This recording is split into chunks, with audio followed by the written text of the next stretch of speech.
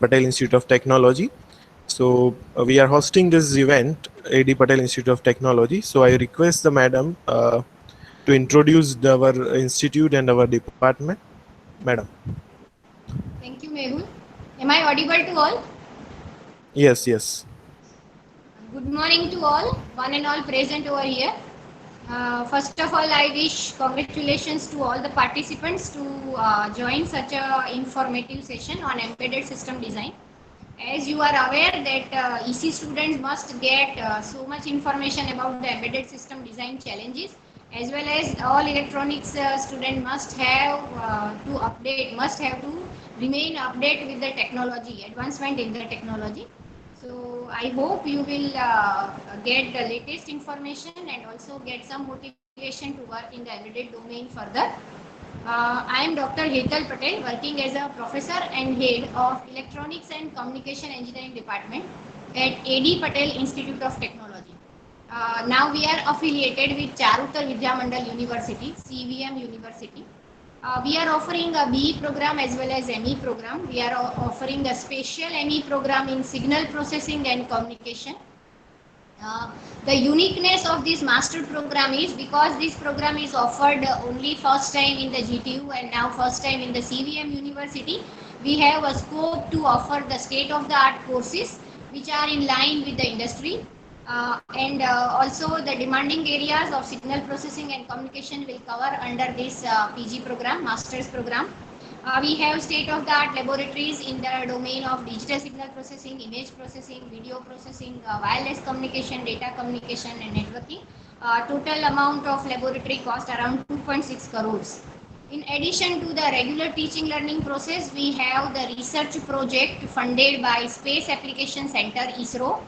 So I think we are the one who have two ISRO projects from the in the Gujarat region other than Nirma University. So we are fortunate enough to have the two ISRO projects. One is under the domain of satellite image processing and second one is in the domain of antenna design. So master's student also have a chance to work in this center of excellence as well as under the ISRO Respond project. The dissertation means the second year students for the master's degree, they are usually deputed to ISRO for carry out their dissertation to E-Info Chips at Ahmedabad as well as SLS and INSINEX at Anand.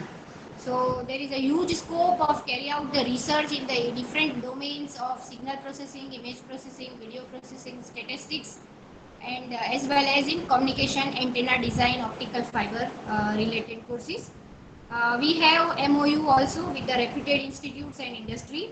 We are running the NI LabView Academy also.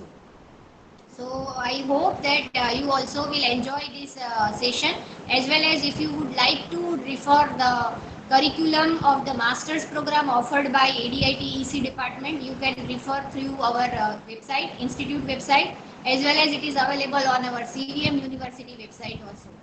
I wish all the best for the entire session, and we would like to listen from you about the feedback of this program. So again, I will interact with you once the session will be over. I am first of all very much thankful to Mr. Ravi Kiran for addressing our students in the recent trends in embedded system design and the challenges which are there in the design problems. Thank you all. Now I request Mehul to just look after the next continuous session. Thank you. Thank you, madam, for a nice introduction. Now we have our speaker and one of our friend Jaideep. So Jaideep is also working in embedded domain in the Bangalore. So I invite Jaideep to introduce the speaker Ravi Kiran Bola. So Jaideep, please. Okay. Thank you, Mehul sir. First of all, good morning to all respected faculties and dear students. My name is Jaideep. I am recently working as an automation engineer in Bangalore. I did BTech MTech in mechatronics. My friend and today's speaker, Mr. Ravi Kiran Bola, he has also done MTech in embedded system. Currently, he is working as an embedded system developer and deputy manager post at Mahindra and Mahindra Electrical, Bangalore. He has deep knowledge in even BTech, MTech, and PhD level project also, and he has 7+ years of industrial experience. So, as a part of our activity and for awareness, and knowledge purpose, we have started our free session so that student can get some benefits. So as a part of our service, now we are going to start our webinar on embedded system challenges and design. So I request Mr. Ravi Kiran Bola to start our session now. Yeah, thanks. Thank you all. Good morning. Thanks for that short introduction about me. First of all, I would like to start with today's agenda. So I hope you can see my screen and I'm audible, right? Yes, sir. So this is the agenda I am going to discuss today. At the end of the session, I'll give 15 minutes time to ask questions from your side. So we are going to discuss like a quick overview on embedded systems and the scope Hello. of embedded systems. Hello, Ravi Kiran. Yeah. I'm not able to see the screen. Can you share it again? And this I Brahman. think somebody is presenting. Can you? Yeah. Yeah. Brahman Singh. Someone is presenting. So let me. If he is listening, please stop sharing. Mehul sir, please request everybody because many students commit this mistake. They start sharing their screen, so that it creates problem. So please request all. Yeah, Ravi Kiran, you start presenting now. I've removed. Yeah.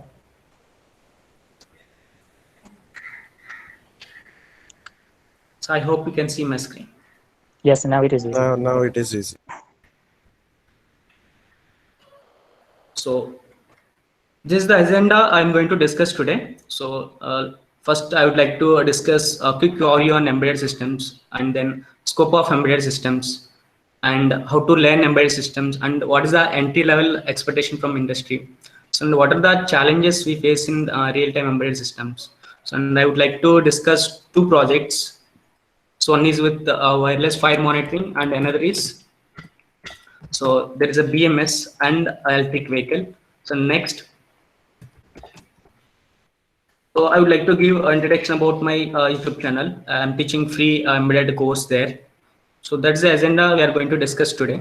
So first, let me start what's in embedded systems. So I don't take much time for this. So just give brief. So embedded systems is the combination of both software and hardware designed to do a specific task. The specific task is nothing but a real-time application. So if you take real-time examples like a washing machine or air conditioner, mobile, etc. Hello. So as I Hello. Can you hear me? Yes, sir, you are audible. So as I told, it's the combination of both software and hardware. Hello. First, Hello, Ravi Kiran. yeah, hello. Hello. Hello. Yeah, your voice is breaking. Probably. No. Jaideep, you are facing that? No, sir. His voice. Now here it's clear, sir. Okay. Maybe Okay. some Fine. internet issue. Maybe that is your Okay. side. Please check it. Okay. So actually, Okay. I connected our Wi-Fi only. Okay. Okay. Fine. You continue. Yeah. Yeah, as I told, it is the combination of software and hardware. First, let's see what are the hardware building blocks of an embedded systems. So as you see here, these are the building blocks of an embedded systems. So as you know, the heart of the embedded system is microcontroller. So what is a microcontroller? So microcontroller is nothing but which is having some inbuilt resources like CPU, RAM, ROM, IO ports, timers, and etc. So and there will be input device interface to it, input and output device interface to it depends on the application. And there are different microcontrollers available depends on their application. So we can decide based on the complexity, we will decide the microcontrollers. So there are different microcontrollers available like 8, 16, 32-bit microcontrollers. So and there will be some communication interface required depends on the application like POT, I2C, SPI, CAN, etc. So in real time, mostly we use advanced microcontrollers like 32-bit microcontrollers. So there are different manufacturers like Infineon, Texas Instruments, and so on. So coming to the software section. Ravi sir, just 1 minute. Hello, Mehul sir. Hello. Hello. Sir, it's, somebody again started presenting, so its screen is not visible. So hello. Yeah. Sir, somebody again. So I remove. So you again. Yeah. Every is requested. Sir, it will disturb our flow, so kindly tell them to Say- not repeat this step. Yeah, yeah. But we tell. But those who are joining late, no, they just present the screen.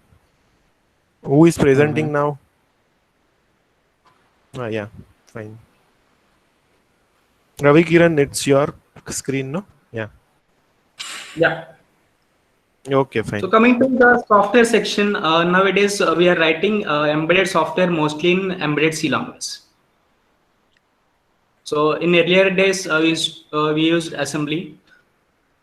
So and there is a compiler or IDE required to compile or build the software. So after building, finally we'll get a X file, which will be stored in the microcontroller flash memory.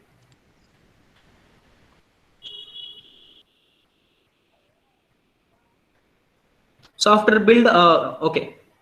Hello. Yes, sir, you are audible. So now that depends on the application program.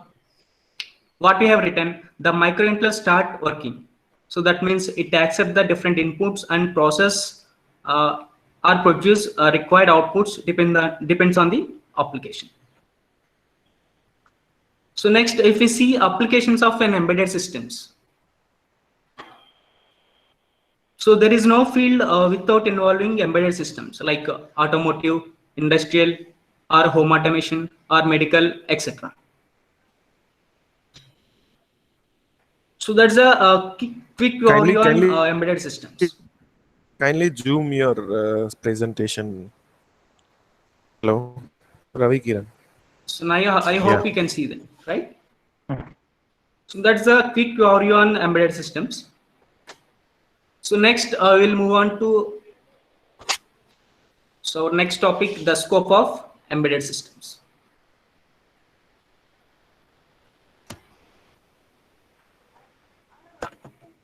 So I hope many of you are planning to choose your career in our core domains. For ECE or EEE students, mainly the core fields are like embedded systems and VLSI. So out of these two, if you ask me, so which is having more career opportunities, I can say embedded systems because of more job opportunities compared to VLSI. Especially in India, there are very less job openings for VLSI. So according to statistics, 80% of ECR EEE students that are going for software jobs, and only 15% they are choosing embedded systems, and only 5% they are choosing VLSI domain. So what I'm trying to say here is there is a huge competition if you choose software domain, and very less job openings if you go for VLSI domain. So the best one I can say is the embedded systems. That's the only option available for if you are interested to work in core domain. And there are many job openings in embedded field. So compared to software courses like Java, .NET, so I can say learning is easy compared to the software courses. So if you have a good knowledge on electronics and C language. So there are huge openings for embedded for future also, since everything is getting automated, and IoT and machine learning topics they are now booming up. So if you see salary or packages in embedded systems,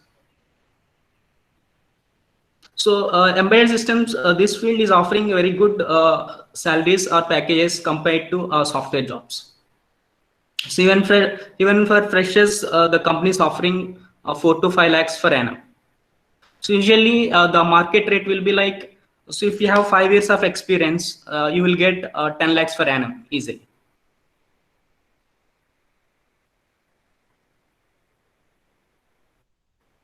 So mostly embedded companies hiring freshers from reputed embedded institutions like CDEC, and there are other small institutions which provide placement assurance after completion of their embedded course.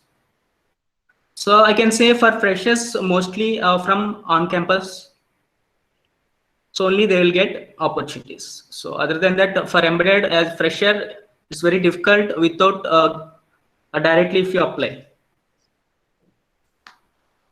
So next is job security.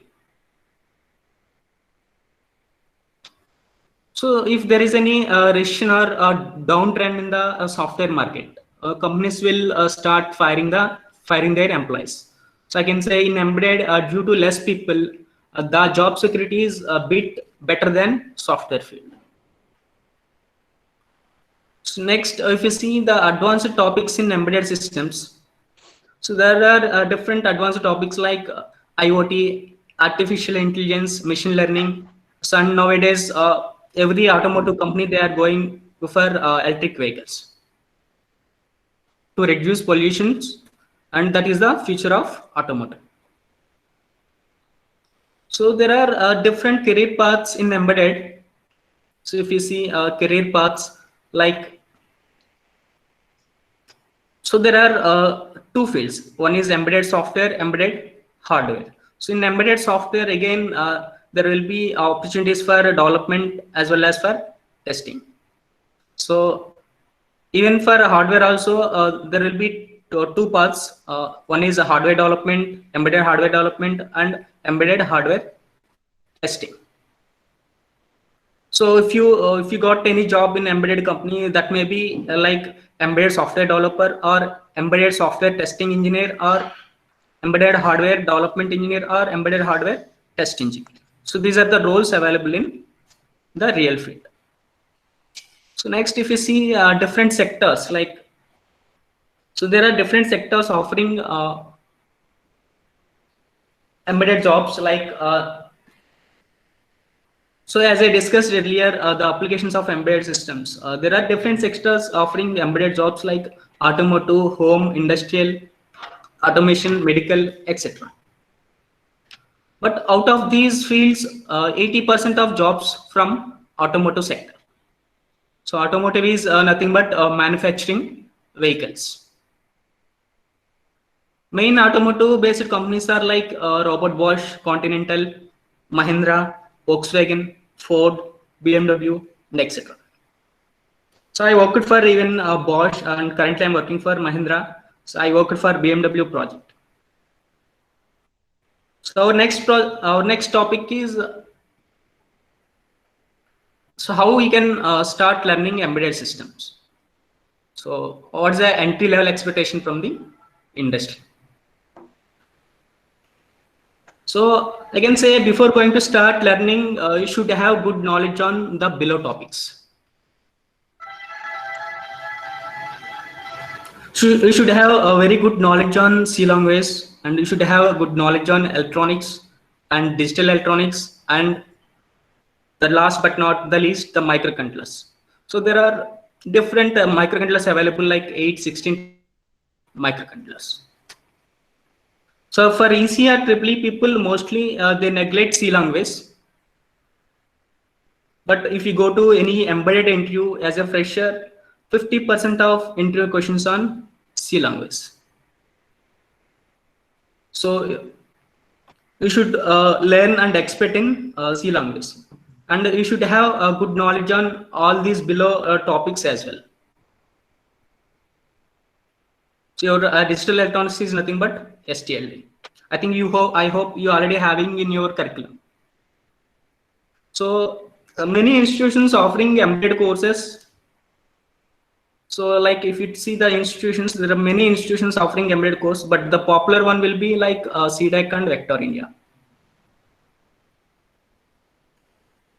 So the course duration will be 6 months, and the course fees will be changes from institute to institute. It will be around 40,000 to 1 lakh for 6 months.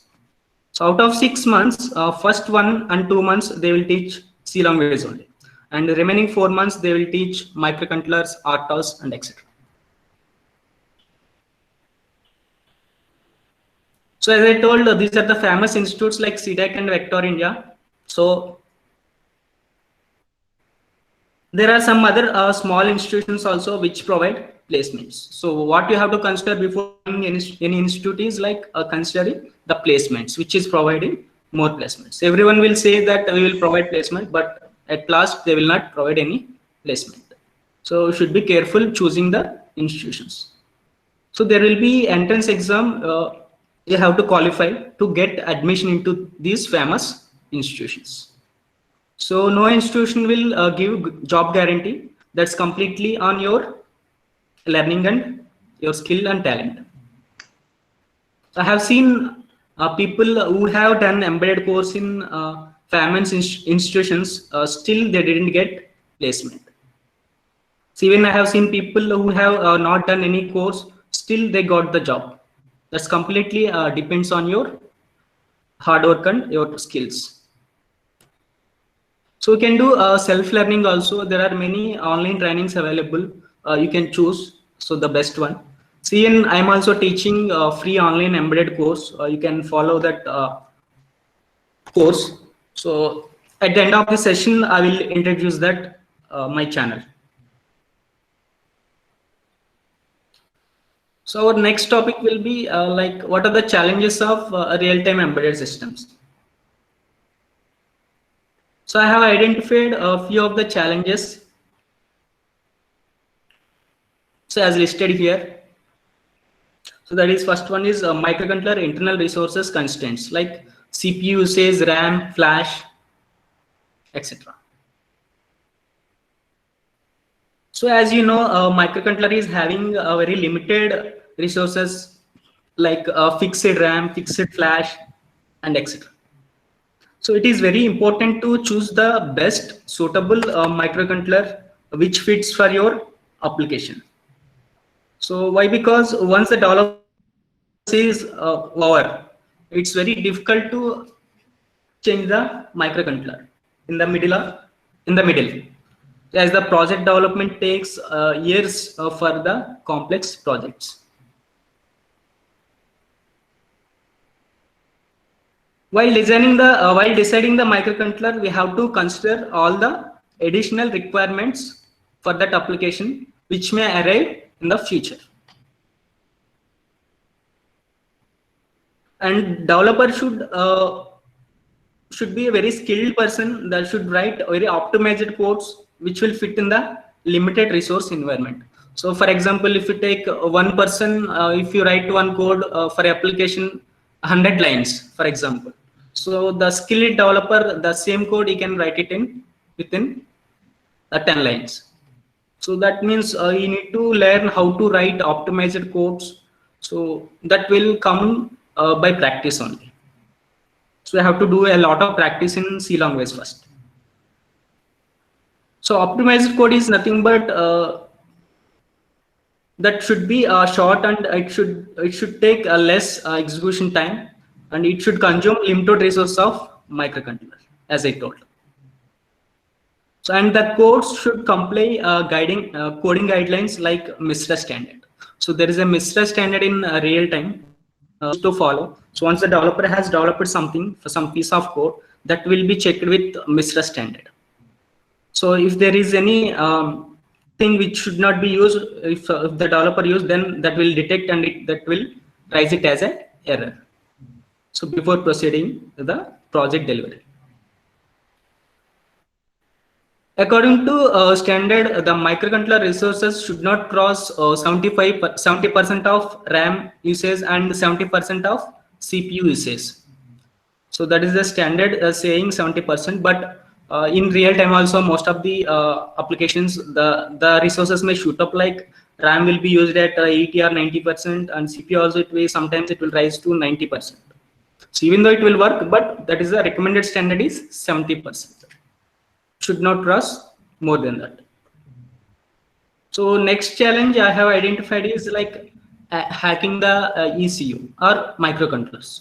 So ECU is nothing but electronic control unit. So we use this term in automotive instead of microcontroller. So there are two types of hacking. One is the microcontroller software hacking, So that means suppose if you have written a program for application, and that software that is nothing but X file, so is stored in a microcontroller flash memory. So if you don't provide for that software, some other person may access your software and they may alter your software, and they may erase your ECU or microcontroller. So there are many security techniques available for providing security for ECU or microcontroller. And software, there will be some flash reprogramming techniques available through security access. So then UDS protocol, there is some security service which provide the reprogramming security. So and next, I told two types of hacking in microcontroller. One is the stealing of the software, which we discussed now. And the next one is hacking through a connected car, that is through IoT or telematics. So as you know, nowadays all advanced cars equipped with different internet access. So for using navigation or audio system or video systems in a car. So there is a chance that using internet, the people may hack your car remotely. There are few real-time scenarios. It's already happened. So if you Google it, easily you'll get it. I also got from Google only. So these are the real-time some scenarios already happened. So by applying brakes of a car suddenly, that means by hacking remotely, or they can control steering of a car. Excuse me. They can stay. Hello. Someone is sharing the on screen.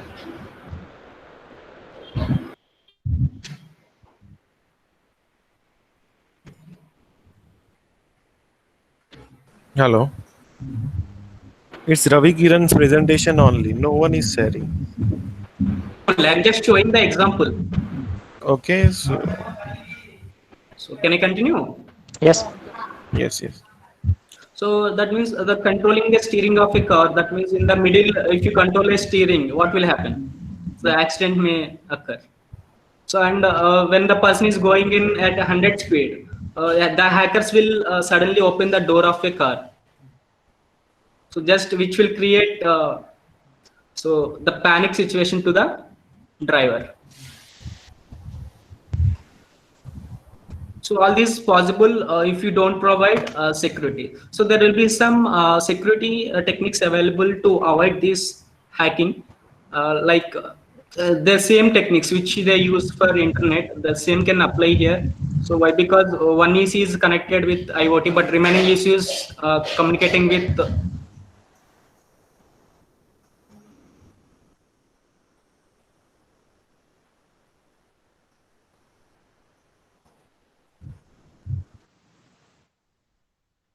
Hello. Hello. Hello. Hello. Jaideep. Hello. Yeah. Hello. Yeah. You go on. Can you? Yeah, you share again your Actually, screen. there is a small interruption. Okay.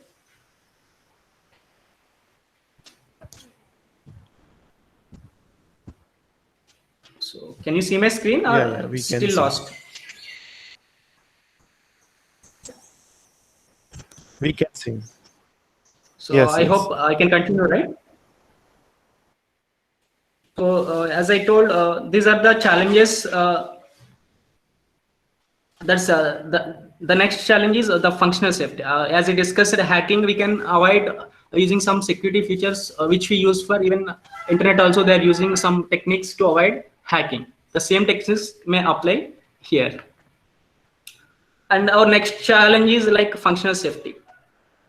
So what is the functional safety first? So this is the ISO standard for functional safety, that is ISO 26262. So functional safety is nothing but the car should not harm to any human being. So either it is for a driver or passenger or outside pedestrian. So if something fails in a car, immediately the system should go to a safe state, which will not cause any damage to the human beings. So according to new rules of automotive, every upcoming car should comply with this functional safety precautions. There is no functional safety precautions in earlier cars. So already other countries like Europe, USA, so they are already following this functional safety standard as a mandatory. So the functional safety applies to the whole system. So if we take any hardware, for example, every component should be selected based on functional safety requirement. So there will be SL standards in this functional safety like SLA, SLB, SLC, SLD. So mostly the automotive, the rating should be SLC or SLD. So our next topic is, I would like to discuss some projects now. So first one is, I would like to discuss wireless fire monitoring. So this is just a basic project. So before going to any big project, I would like to discuss this. I hope you can see my screen, right? Yes, sir. So in this project, so wirelessly, if there is any fire, we have to detect. So and whenever the fire detects a particular place, water has to be pumped by rotating a motor. So there are two sections here. One is transmitter, above one is transmitter, and the below microcontroller is receiver. So that at transmitter there will be some inputs like 6 sensors, as you see. So I just representing it using a switch. 6 sensors which are connected to microcontroller. And outputs, it is connected to output motors, they are connected to so some other port of the microcontroller. Hello? Yes, sir. Audible. Yes, yes, audible. So, but can you zoom it somewhat so we can see it properly? If I zoom it, something will miss in the corners. Yeah, but whatever part you are explaining, you can zoom that portion and then Yeah. it should.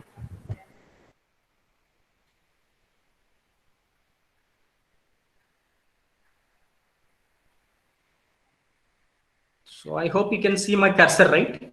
Yes, sir. It's okay. You can zoom Yeah. it. So there are different sensors which are connected as input, and the different motors which are connected as output, and there is a LCD display at transmitter. And there will be a Zigbee communication I'm using here. So whenever the fire detects, immediately the information will be given to the control room. This is the control room, the receiver, and it can send SMS to even for mobile also. For mobile, I'm just displaying this window. This is a terminal window. I'm using it as a mobile phone. So that means this transmitter, there is only one transmitter and 2 receivers here, as you see. So one is for control room, another is for mobile equipment. So if you see, if you press any button here, that means if you change the sensor position, like when there is a fire at the first sensor, for example, this is a sensor 1. So what it is displaying, danger at A. So this is a A place. So that means at the same time, there is a motor running to pump the water to that particular A place. So like that, if we see enable another sensor, so that means now the fire at 2 places, A and B, it has to come.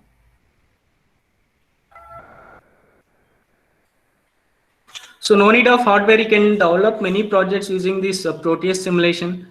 So it will save your money to buy that hardware components. So as you see that same information it is displaying at the receiver also, so which is received to the control room, as well as you see there is a terminal window also, you can see the same data. So if you enable fire at different places, for example, first 4 I enabled fire. So 4 motors has to run. So now 4 motors running. So that information also should be displayed in the control room, like fire at ABCD. There are 4 places enabled ABCD. So the same data will be communicated to the mobile phone. ABCD.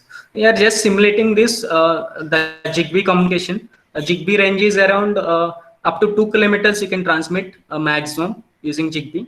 As you know, the mobile phone, it is worldwide. So GSM technology, wherever it is there, then you can access that message using this GSM mobile. So like this, you can understand the basic concept, how we can develop some project.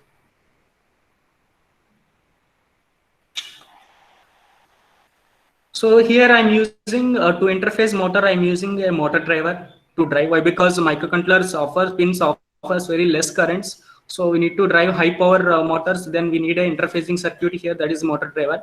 It is nothing but H bridge. So we are using 3 H bits for interfacing 6 motors. So if you have any doubts in this project, you can ask now. I will move on to the next topic. Ravi Kiran, can you explain the design steps for developing any embedded systems? Yeah, sure. So in real time or for this project? Real time. It applicable to all the projects. Okay. So as you see, design steps, like first you will get one task. For example, one company, service-based company, they will get one as a project. So in that project, they will divide that tasks into different developers. Like first initial stage will be analysis for software development. I hope you can see my screen. Yes, it is visible. Yeah, you can increase the font size. Fine. Yeah. So first stage is once I got the task. For example, I got a task like interfacing ADC sensor. For example, one sensor I have to write it. I want to develop a driver for ADC. For a sensor, for example, temperature sensor, if you imagine. So first we have to do analysis. So analysis during this stage, the developer has to get the questions from the customer, who are the customer, and it has to clarify all the points which are required for development. For example, how much ADC we have to use. Yeah, either we have to use 10-bit ADC or 12-bit ADC or 14-bit. So, and that should be supported by our microcontroller as well. So it depends on the sensor, the developer has to choose that one. So after analysis, there will be a design document we have to create. So what we have analyzed, the complete data should be documented using a design document. So this design document, by seeing this design document, nobody don't want to look into your code. So by seeing this design document, every developer should get an idea. So this will be useful if you leave the company also. For the company, it will be a asset. So the next developer easily they can understand that design document. So next, this design document will be verified using a review. So review for design document. So this process mainly the very advanced companies like BMW, Bosch, or Continental, they only following. For startups, they don't follow all this process. They may skip a few steps to develop project within a very short span of time. So I hope you understood.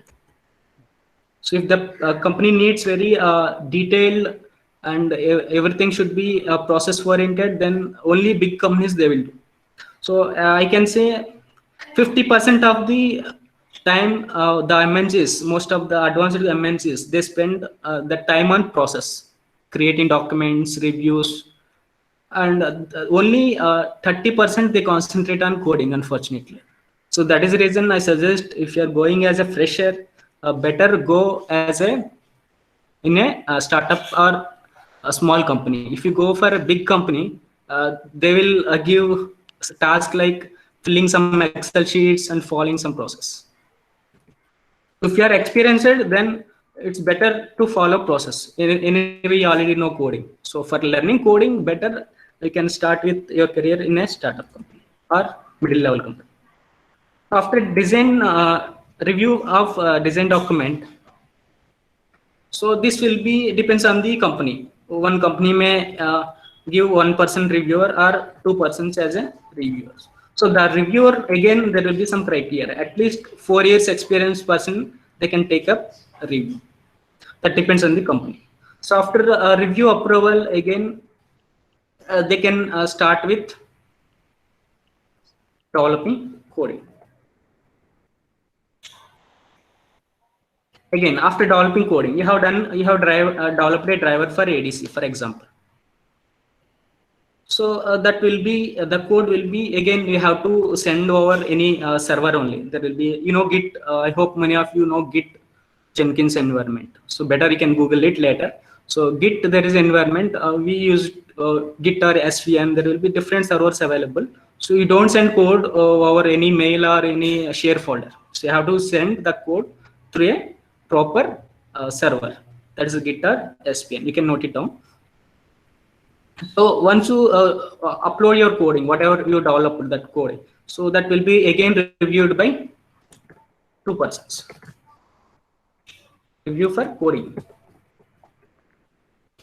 So there should not be any mistake. That is the intention here. Why we need these many reviews? There should not be any mistake by the developer. So as we know, we are humans.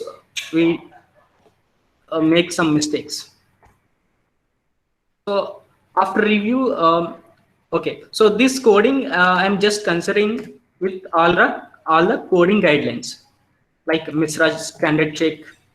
This coding includes all the process which will ensure the quality of the software, like coding guidelines or like, for example, Misra, and there will be some checks which will happen during this coding itself. 1 second.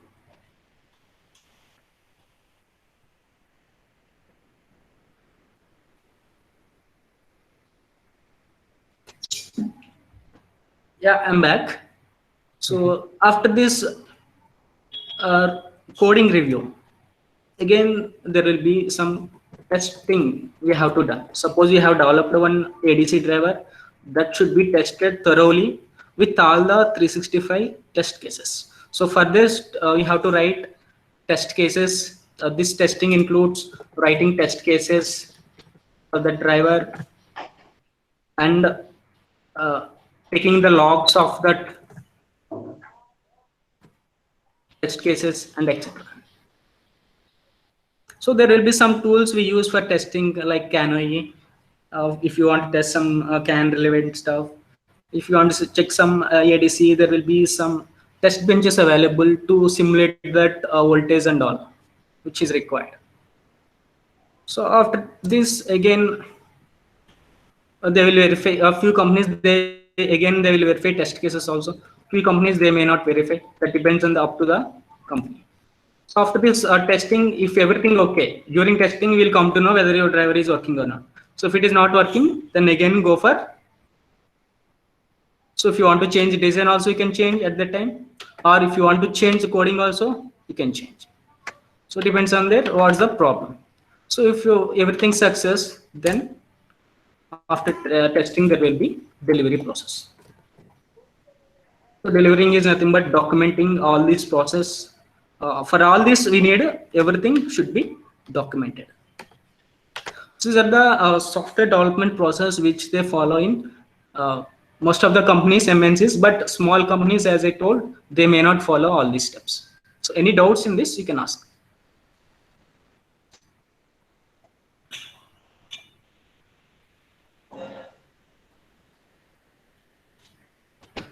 Can I go ahead? Yeah, there are some question in between, but you can take at the last. Fine. Yeah, no problem. Yeah. In chat box, some questions are there.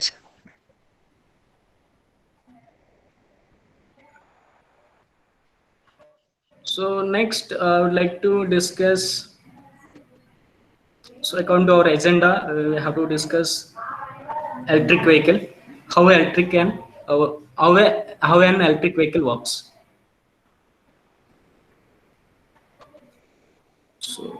So this is the internal structure of any vehicle. So if you see electric vehicle, so any vehicle, as you see, there will be different electronic control units.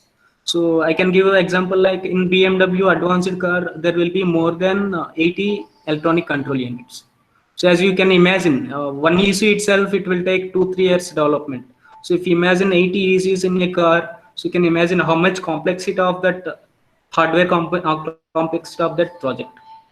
So it will take nearly years of 10 years, around 5 to 10 years effort to develop software for a very advanced car. So I'm telling about very advanced car which is having IoT and all.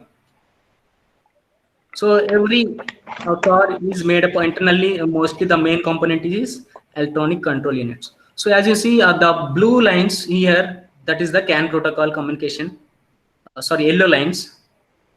You can see yellow lines, right? So the yellow lines is the CAN communication between the ECUs, electronic control units. So mostly we use CAN protocol in automotive. So that's the reason if you put CAN protocol in your resume, so your resume weight will increase like anything.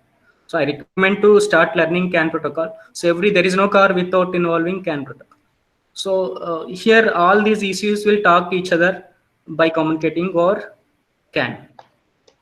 So as you see, there will be different ECUs like EPS. EPS is nothing but electric power steering, and there is a electric vehicle ECU or VCU. So this is the brain of the car. That means it will take all the major decisions. For this ECU, there will be. I hope you can see, right? I just zoom it.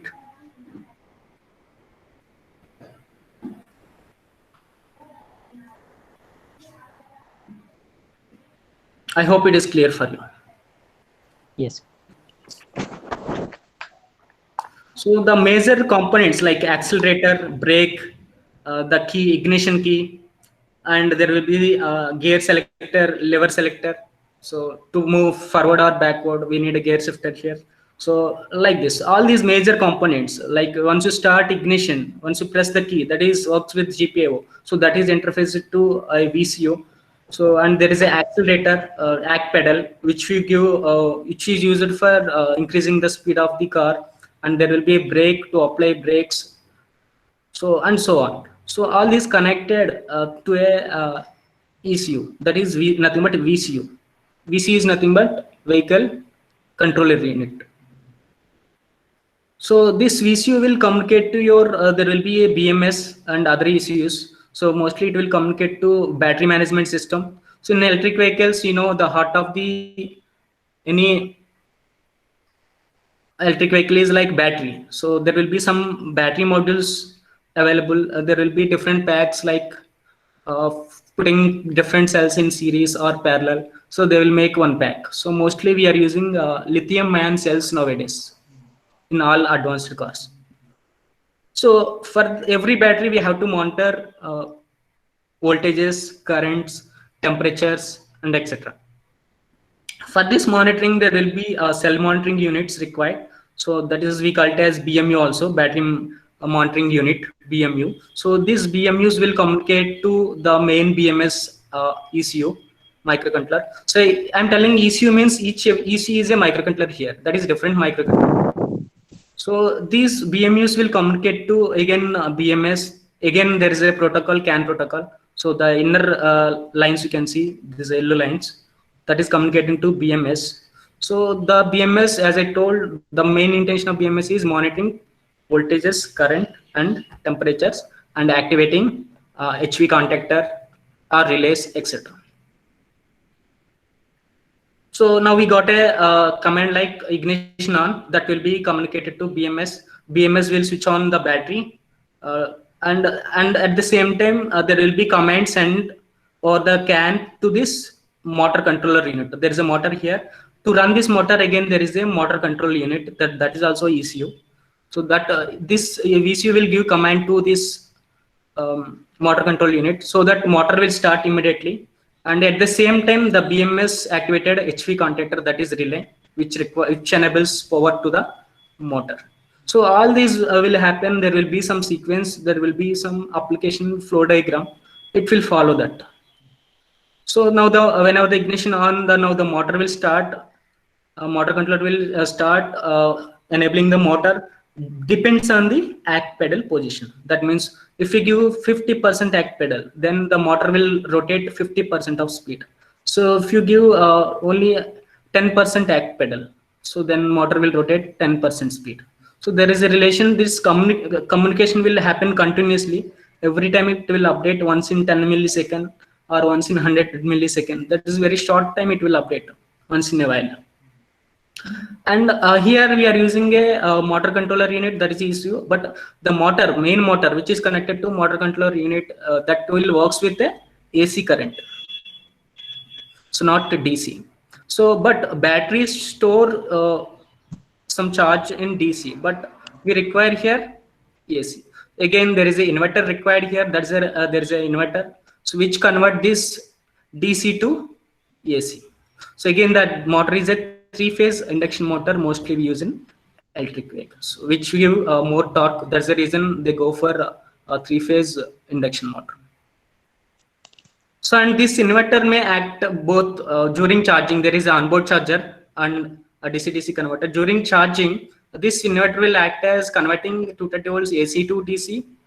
During drive, there are two conditions. One is charging, during drive. So during drive, it will convert this DC to AC. It will act as both. So there is an onboard charger which is required to convert this 230 volts AC to required DC voltage, or which is some voltage levels they require. So that will be given to the inverter and then battery. So, and there is a DC-DC converter. Why we require DC-DC converter? Already battery is DC, so all the components, internal components running with a DC only. But why we require DC-DC again? So we require for a microcontroller supply, if we take, there are very less voltages, low voltages, like for example 12 volt or below 12 volt for most of the components, 12 volt or 5 volt or 3.3. So most of the electronic components works with these voltages, but the motor require like 48 volt, something more than that, 300 volt, some depends on the model of the car. So due to that, we need to this, suppose I'm having a battery pack which is giving 300 volt, but our microcontroller supply we need 12 volt. So to convert this 300 volts DC to 12 volt DC, which is required for microcontroller operation or other ICs operation, so we need to do a DC-DC conversion here. And there will be some other these are the main components I explained. So, and there will be some other components like cluster, instrument cluster. Instrument cluster is nothing but it displays what's the speed of current car and what is the SOC level. SOC is nothing but state of charge, and what's the state of health of a battery. There will be some parameters for battery: state of health, state of charge, and ampere hour, and etc. All these will be displayed in a cluster display, and this cluster also communicating always in the network, internal CAN network. So continuously it is getting parameters from different issues which may require. Suppose if there is any fault in the car, suppose one sensor failed, suppose one temperature sensor failed at BMS, immediately this BMS will communicate to the cluster. Cluster will enable one DTC or alarm or fault to the driver to indicate that there is something fault in the BMS. So all these DTC is nothing but diagnostic trouble code we display in the cluster. So, and if you see other issues, like small uses will be there for AC compressor. Suppose we need AC in the car, so that will be controlled. Again, there is a electron control unit, there is a AC unit, so that will be communicated again through CAN protocol. So if SOC is less, SOC is nothing but charge in the battery is less. Suppose less than 10%, we don't switch on AC. So all these conditions it will be taken care by AC issue. And there is a heater. Why we require heater? So heater here, if we go for any Europe countries, so Europe countries, the temperature is in 0 degrees or less than 0 or less than 10 degrees, depends on the country. So at that time, the heater for a battery or other components, few components, if you want to run, at least there should be some temperature, at least more than 15 or 20 above. Then only the electronic components, few components will work. So for that, we need a heater to heat. First, it will heat up the whole electronic circuitry, which is required. After heat up, the engine will, the motor will start. Here there is no engine, there is only induction motor. So that is the reason this is mainly for Europe countries. We need a heater. For Indian cars, it's not required heater. And there is a for passengers facility, heaters will be also used for passengers also, like as I told, these are very cold countries below 0 degrees. They require heater in the chamber also. So the same heater will be used for chamber as well. So I hope I have covered all the issues in this. If I miss something, just pop up. So, and there is a charging connector also, fast charging, we call it as fast charging connector. So it will directly give more current to charge battery quickly. So that means if you take slow charging, for example, 5-6 hours, if you put fast charging, it will charge within 1 hour or half an hour. So it will provide more current to the battery so that it will immediately charge. For slow charging, the current values will be less. You can ask any questions here if you want. Otherwise, I will go ahead. So there is one more small topic, battery management system. Yes, participants have any question in this, then they can ask. Ravi Kiran, there were questions previously, so let me tell you the questions. Yeah. Any simulator software for embedded system apart from Proteus and Altera? Okay. In real time, if you see, there are multiple simulator softwares available. For example, LDRA. So LDRA, we can do simulation, but that license will be very costly. It will be in lakhs or crores. So only companies can buy that simulator. So if you work in any MNC, they will give that tool to you so that you will get opportunity to learn that. So otherwise, outside it's very difficult to get the license and the software. Okay, so I for student, which one is the best one? The best one is Proteus only for student version. Okay. The other question was, what is the result of DDoS attack on the IoT system? What is the result of DDoS attack on the IoT system?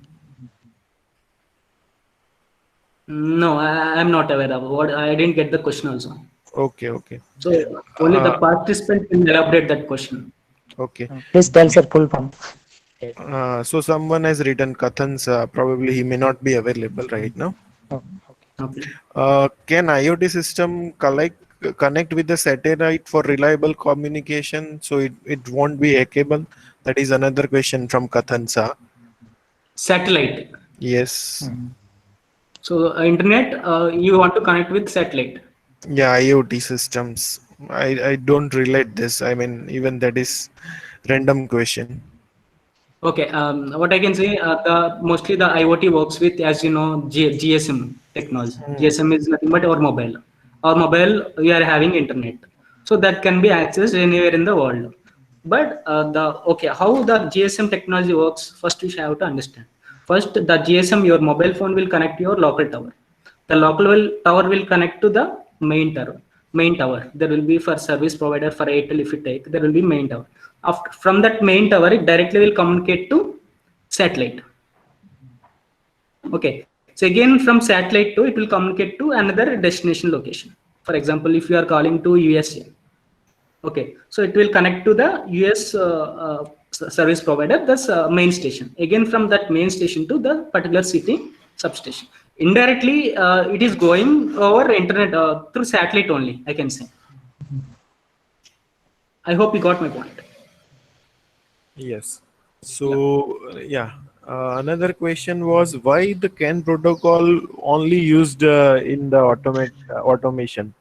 So why? Because it is having many features, like you can connect n number of nodes. If you see any SPI or I2C, those are UART or RS485. Those are just for small distances.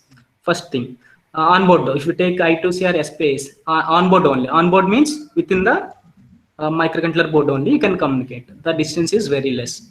So if you want to communicate from around 40 meters, if you take a car, the wire length will be 40 meters.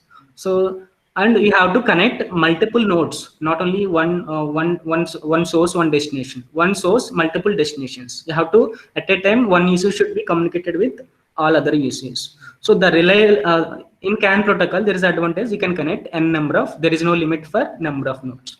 So that is the one reason. And speed. So speed, it can give 1 Mbps, and CAN FT, there is advanced technologies can also. So that may give more than 10 Mbps around. So there's the second reason is portable, compatible with speed and everything. There are multiple reasons. I'm planning to teach that in my YouTube channel, the CAN protocol. So if anybody interested, they can get in touch with me.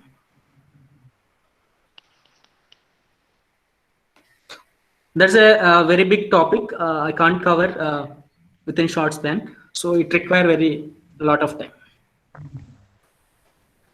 What are the types of testing that are performed? That is another question. Okay, so in real time, mostly, okay, once you develop software. So where is our, we are discussing that one.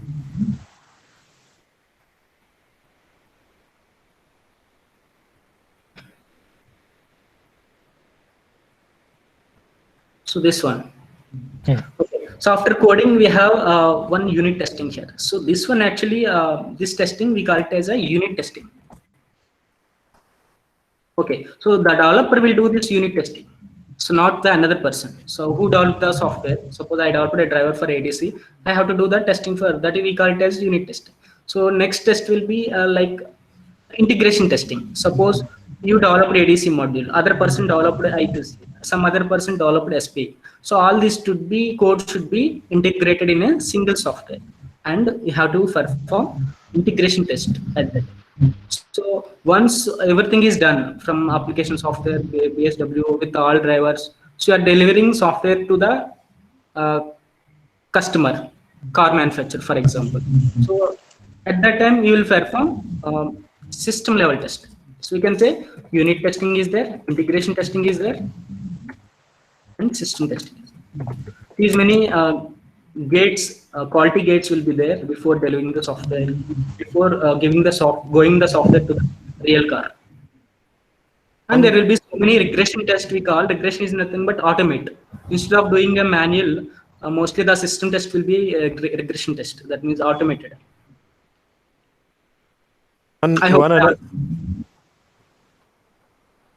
One another question was from Harshil Tank, that please tell us more about network automation. Okay, like she meant to say like CAN tool or CAN protocol relevant or Network automation. Harshil, are you there? Please tell Hello. them to specify in detail, sir. Yeah, Harshil, are you there? I think he is not there. Yeah, CAN protocol. Yeah, CAN protocol. So as I told, there is a tool called CAN. So CAN tool, we can simulate n number of nodes. As I shown in the car, there are multiple ECUs. So you can simulate any node. Suppose you have only one BMS board with you and you want to test with real scenario with all the nodes available. At that time, what we will do? Remaining nodes, we will do simulation in CAN. So, and we can monitor all the frames which is going from where to where, that and all, everything we can monitor. So, and that will comes as a CAN protocol that we have to do small course on CAN protocol. Next. I think there are no more questions. You can go for further content which you have, like next topic. So I have only one topic that is battery management system. Yeah.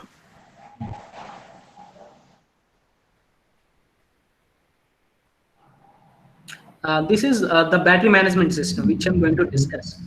This is already part of this car, as I discussed earlier. So battery management system, this contains, as I told like previously, battery, there is a pack. So the pack, if you see, these are the interfaces will be there. I'm just taking one ECU from the car, that is battery management unit, BMS, that is this one. If you take a single BMS, how it looks like.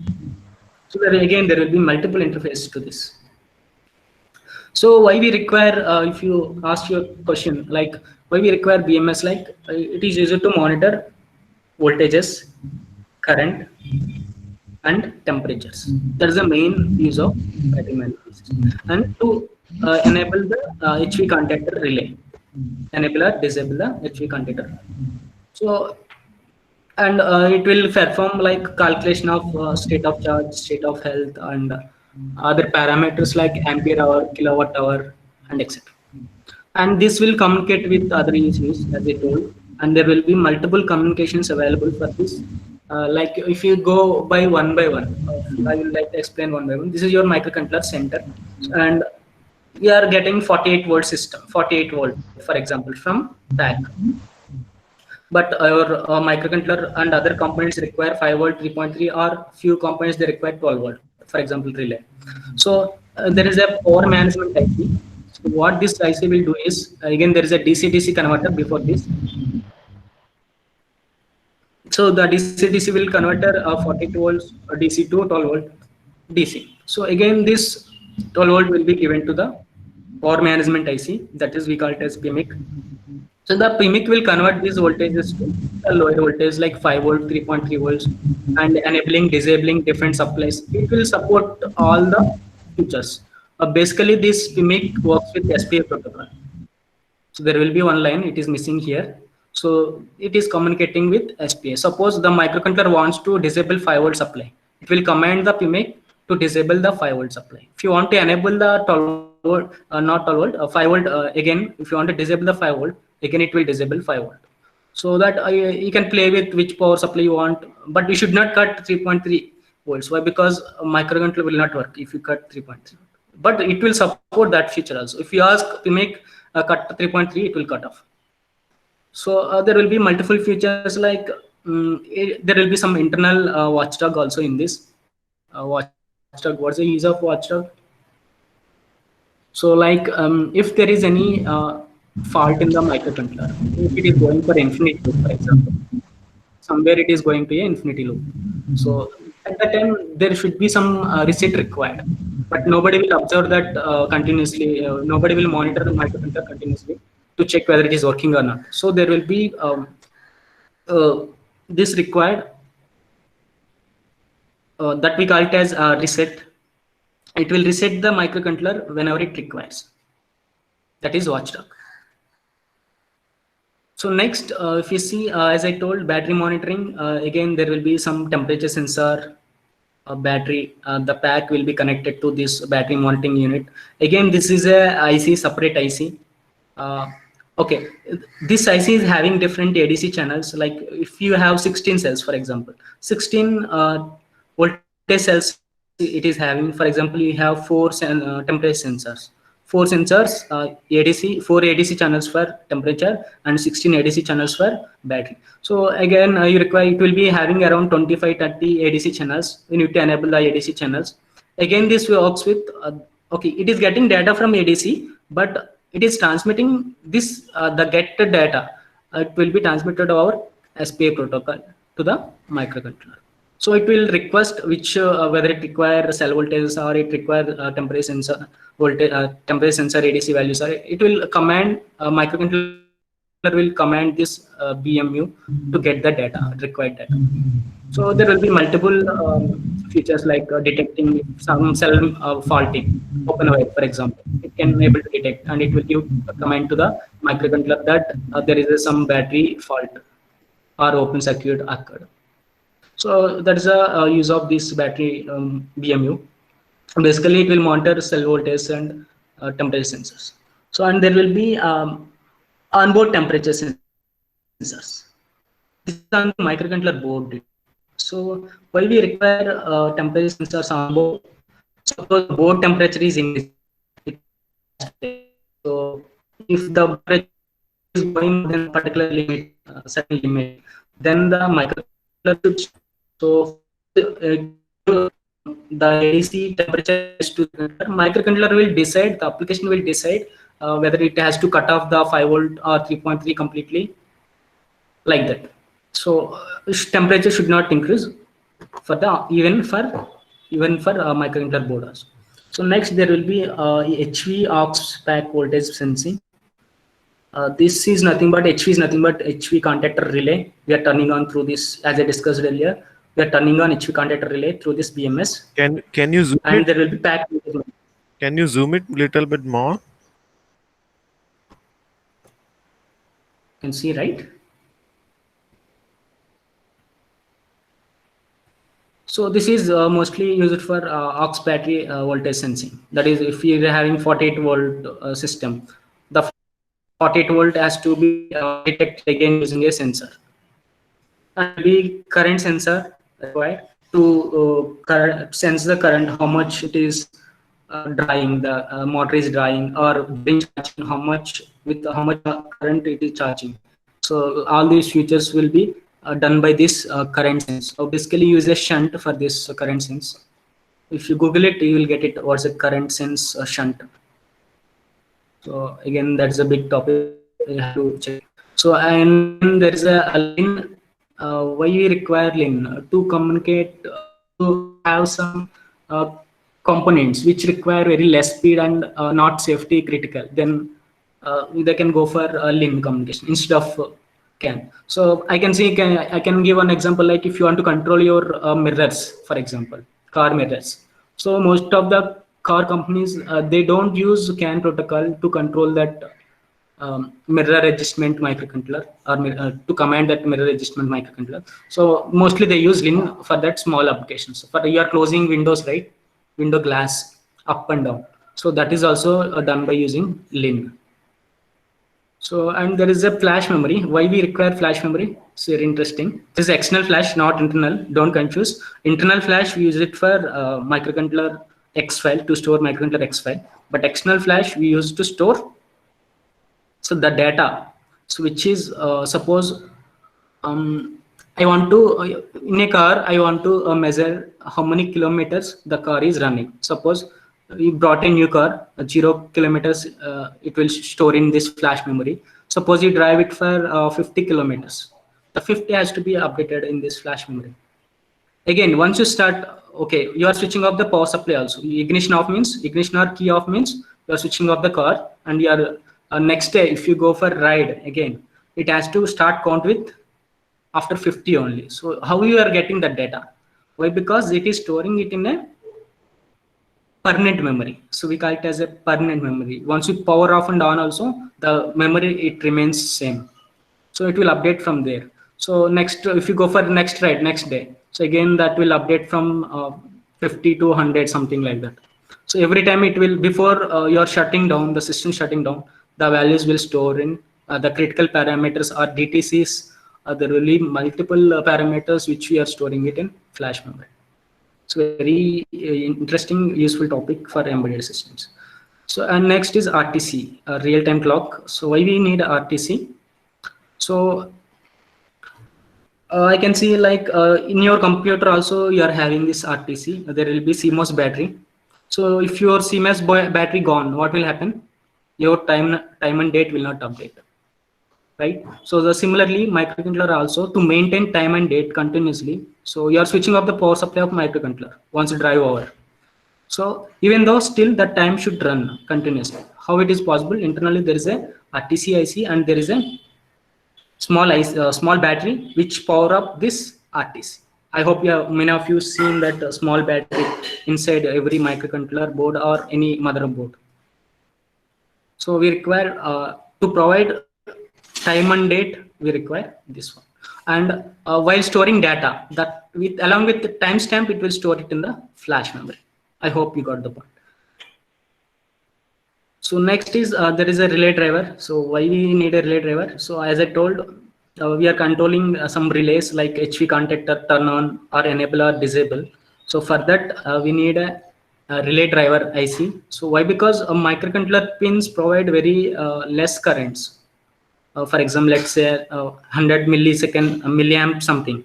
So but the relays require like 300 amp or 400 milliamp current. So to draw that much current, if you draw directly from this pin, what will happen? The pin will blow, that will break internally. So we need a power increasing IC here, that is done by relay driver. So just it will boost the signal from the microcontroller and it will give to relay to drive the relay. So it will give sufficient power to the relay driver. So next, we already discussed CAN protocol. Without CAN, if you want, there will be two channels in this microcontroller. So channel 1 and channel 2. So one channel, as I already told, one channel, suppose this is BMU, one channel we are communicating with other ECUs, and other channel we are communicating with internal BMUs. There are two channels. That means there are two different CAN networks. This is one network and this another network. So everything it will communicate to our CAN only mostly. So that is the reason it's very hot topic in automotive. And for ignition, charge plug sense, for all these like GPIO pins, like if you connect any switch, ignition turning on, you just want to start the car, what you will do? Ignition is you are switching on. That is nothing but one switch you are switching on, that will be interfaced to microcontroller or a GPIO. So, and there will be charge plug sense. You are connecting a charger. How it will detect? There will be a switch button there. Whenever you connect the charge plug input, the switch will be enabled internally, so that the car will not move. So while charging, car should not move, right? So all those application conditions will be taken care. And there will be park braking. This also will be useful whenever you park the vehicle. So it should not move. Whenever you are parking, the vehicle should not move. That's all from my side. If you have any questions, it's your turn. Now you can ask questions. So we are on time. Yeah. So there was one question from student.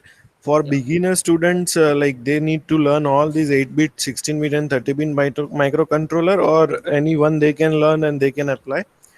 And Okay. exactly which topics are important from microcontroller? Okay. So this question is arriving very frequently for me. So so if you join in any CDEC institute or any famous institute, what they will do? So first 45 days they will teach C language.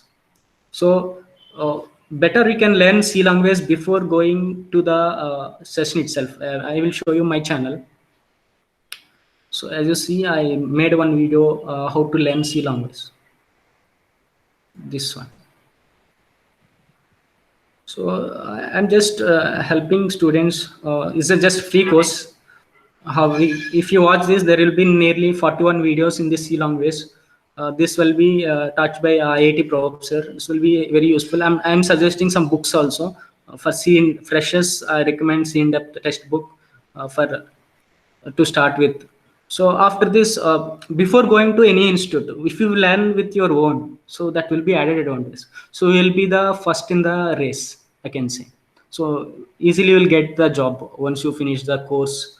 Or if you are doing self-learning also without paying anything, that's also possible. There is a lot of data available in the internet.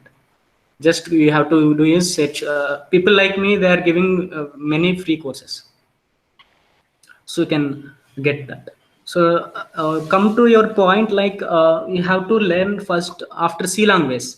45 days it will be there. If you join any institute, the first 45 days they will teach C language.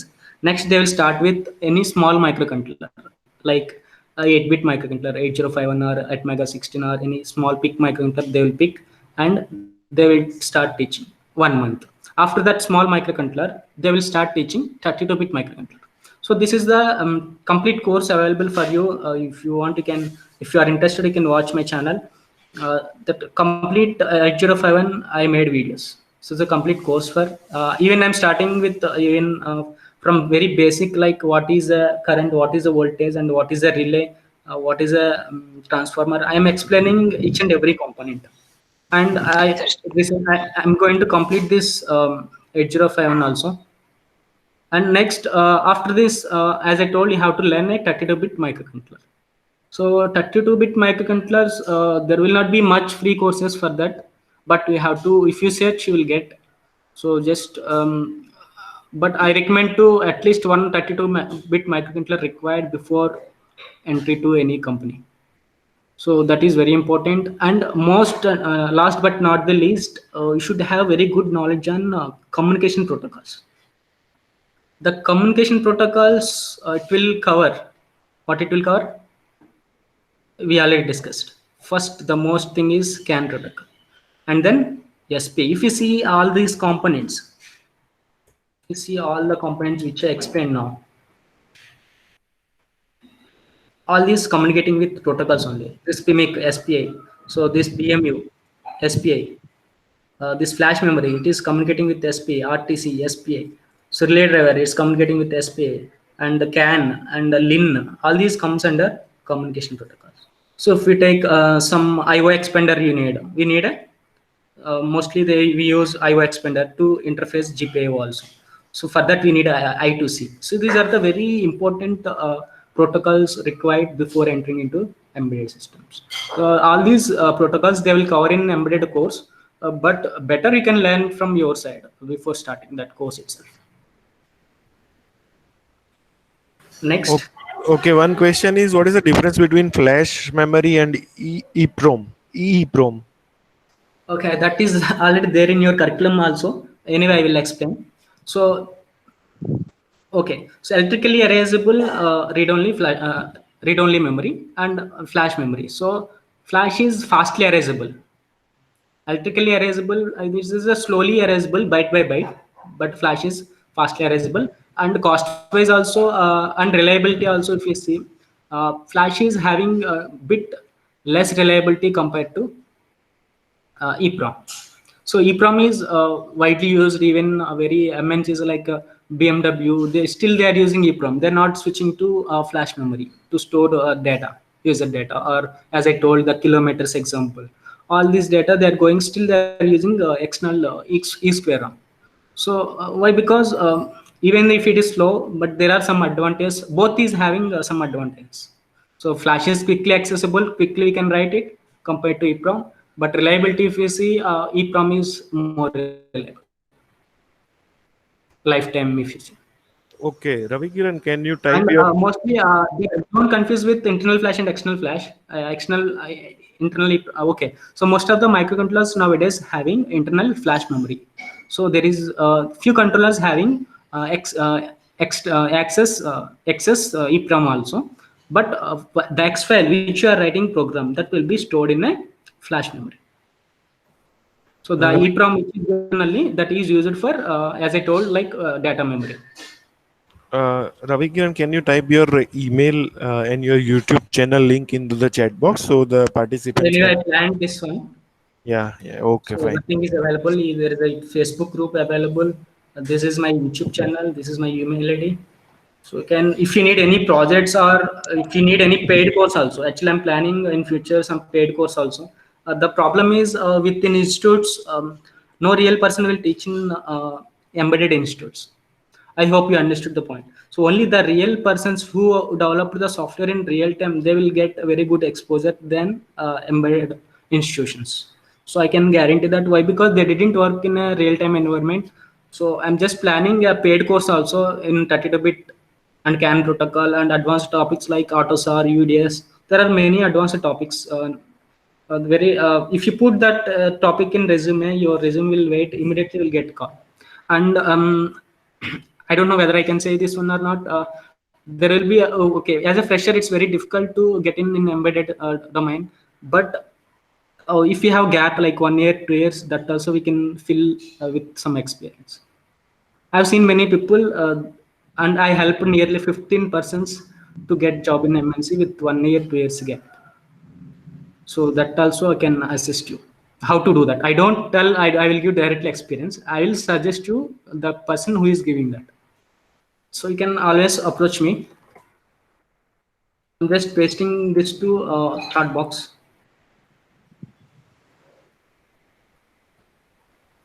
Any more? Yeah, you email that content, I link and everything. I will email to the participants. Okay. Sure. And sir, Ravi, one thing, please discuss about that community also for interrogations. Yeah. I forgot to give introduction to my channel. Actually, that is the last Even show that So as of playlist now, as as you well. see, So there are 1300 subscribers, students that are following me. So why? Because I'm just giving a free content. So this content, if you go for any institute, as I told, the minimum fees for embedded course is 40,000 to 1 lakh. I'm just giving a free course for a small microcontrollers like 8051 and Atmega 16. But 32-bit microcontroller and advanced CAN, and that will be paid service. But this I'm giving it as a free. Please utilize if you are choosing embedded or if you are interested to learn embedded systems. So, and there will be a community tab here. Here I'm posting every day one interview question. today also I posted one interview question. So every day, these interview questions I faced in my life. So in my experience, so that only I'm posting. I am not taking from any internet or something else. Just directly what I faced during my interviews. Uh, so before this job search, I joined in Mahindra. Before that, I got 6 offers in my hand. So why? Because I cracked everything. Wherever I go, 6, 7 interviews attended. Out of that, 6 I cracked. So I have experience on this interviews very much. So I can utilize this my knowledge. I'm just sharing it.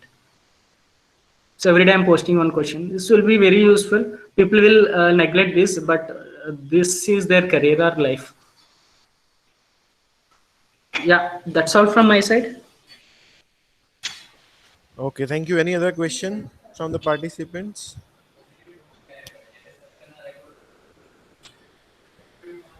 I So I hope. have shared all these links. Yes, yes. Okay, fine.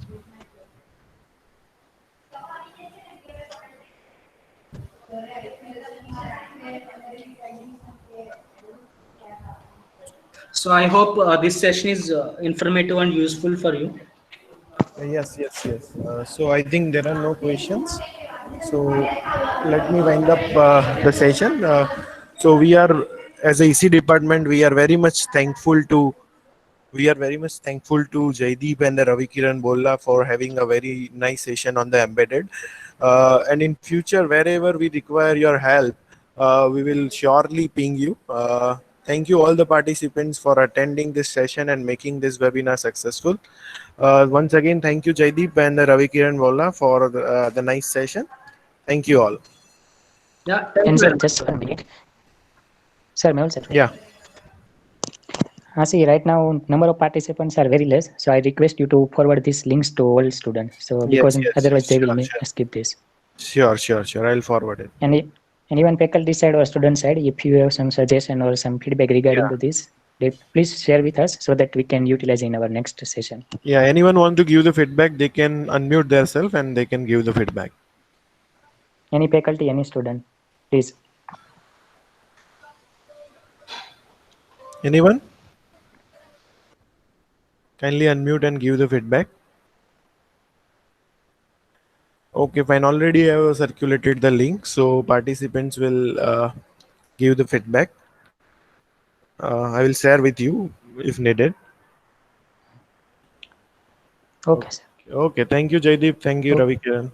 Okay, Bye. thank you lot Yeah, for thanks giving for us this opportunity, sir. opportunity. Thank you. Thank you. Okay. Bye. Bye. Bye. Participants are requested to leave